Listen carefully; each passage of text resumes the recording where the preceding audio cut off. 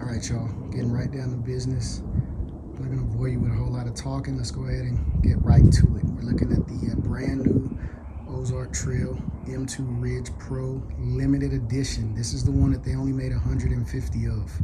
Not sure what that means, whether or not it's 150 mediums and smalls and larges.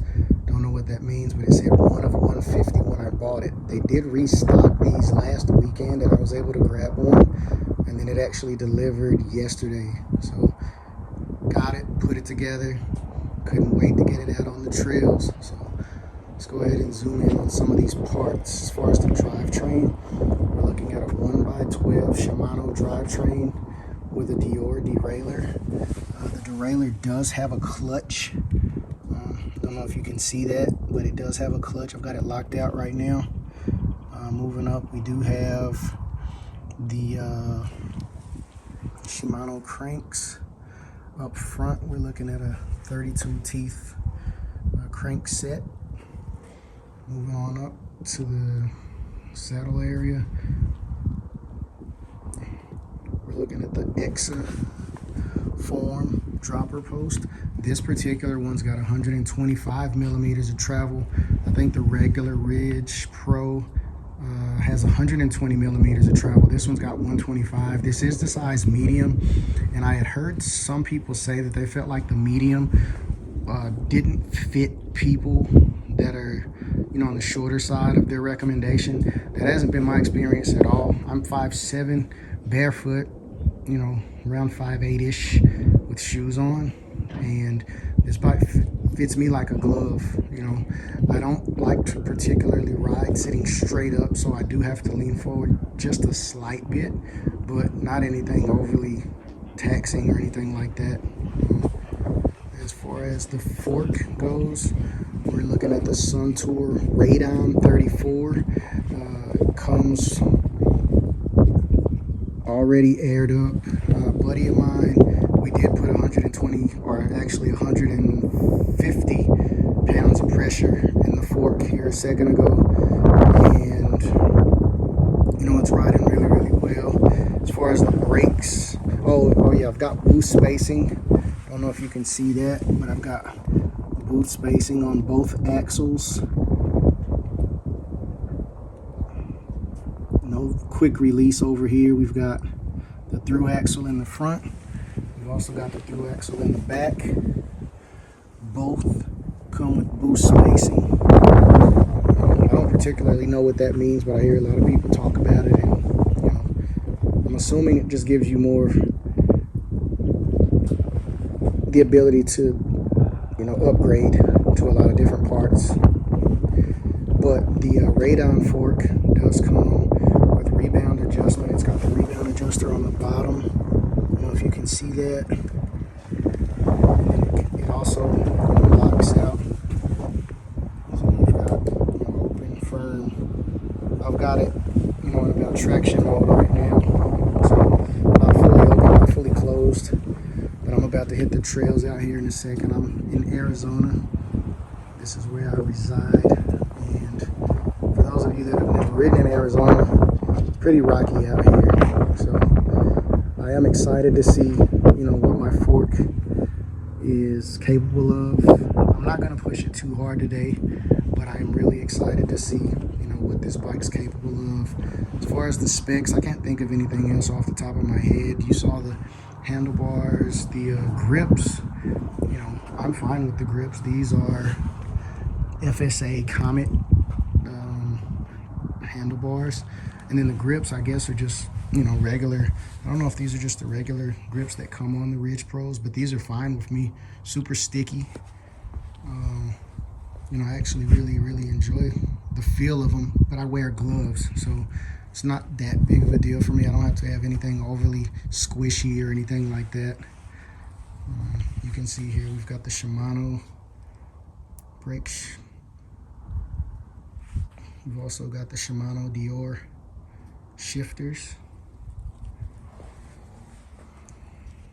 So yeah, and then anyone else who's interested in the specs, you can look all that stuff up online. I'm not a dude that likes to kill people with specs, but this is an incredible bike. I was able to compare it, you know, spec-wise to some other bikes, and this one is consistent with some other bikes that I saw that were at least double the price. I paid $898 plus tax for this one. I think all in, it was a little over $950 all in. So, but you know, looking at bikes like the Santa Cruz Chameleon that starts, I think, around $2,100. It's on sale right now. Bikes Online, I think, has it for like $2,100, but retail it's going for either $2,400 or $2,500.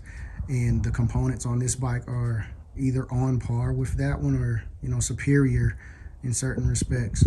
So anybody that thinks this bike is not, you know, an upper echelon, upper tier bike, you know, they just either don't know what they're talking about or they're deceiving themselves. As far as the tires, I'm running Maxxis Recon. These are 29-inch tires, 29-inch rims. So I didn't go tubeless. I don't really like to go tubeless. I just always order tubes that have sealant in them, because for me, if I get a flat or something like that out here, have to do a repair, it's a lot easier for me to pop out old tubes and pop in new ones. And you know, I don't ever run extremely low tire pressure anyway. The lowest, you know, I'll run is around 25. I'm running 30 right now, and that's for me plenty squishy. But it also gives me a, you know, good amount of firmness.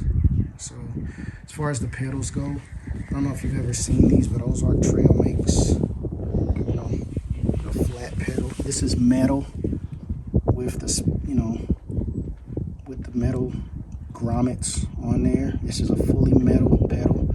It's a really, really good pedal. If you're ever at Walmart, pop back into the bike section and you'll see, you know, some of these parts. Or you'll see the pedals. You won't see any of these other parts. But as far as the brakes go, my rotors are 180 millimeters in the front, 180 millimeters in the back. And again, like I said, if you're a spec person, you're overly consumed with specs, you can definitely go check all that stuff out online yourself. But definitely shoot me a comment down below if you have any questions about the bike. I wanted to get some POV footage of me riding today, but it's too hot for me to bring my GoPro out. So I got out a lot later than I had planned on, but I will be getting some POV footage for you guys in the future, so definitely be on the lookout for that.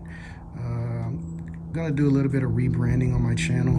For those of you that look at this video or watch this video, before I did a lot of hair videos. I used to have dreads or locks, and I did a lot of video about taking care of those. I'm not doing those types of videos anymore, so if you want to go ahead and subscribe to the channel, definitely feel free. I'm going to be doing a lot more, you know, active lifestyle type videos. I like to bike, I like to hike, I like to climb some here and there. I used to climb a lot. I like to swim, I like to camp.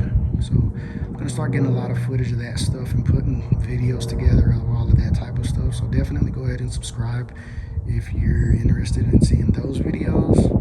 As far as the color, I don't know if it's coming across on the video. It kind of looks white on the viewfinder, but it's actually silver.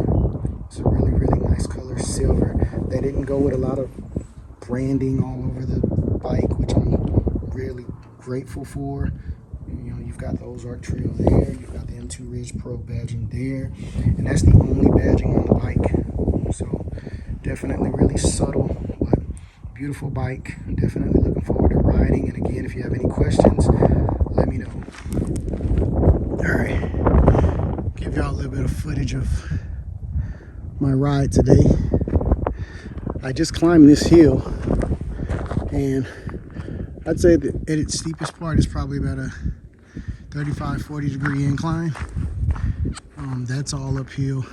It's more gradual though, so it's not anything bad. But this part right here, I would say is about a 35 degree incline, 35-40.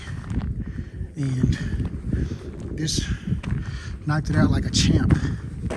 Like my old bike, if I felt really, really good on a cool day, I could knock that hill out. It's 100 degrees out here, and I didn't get that tired. I mean, I was a little winded, but not overly, you know, not anything too crazy. I will say, And this is a statement, but it's also a question to those of you who might know.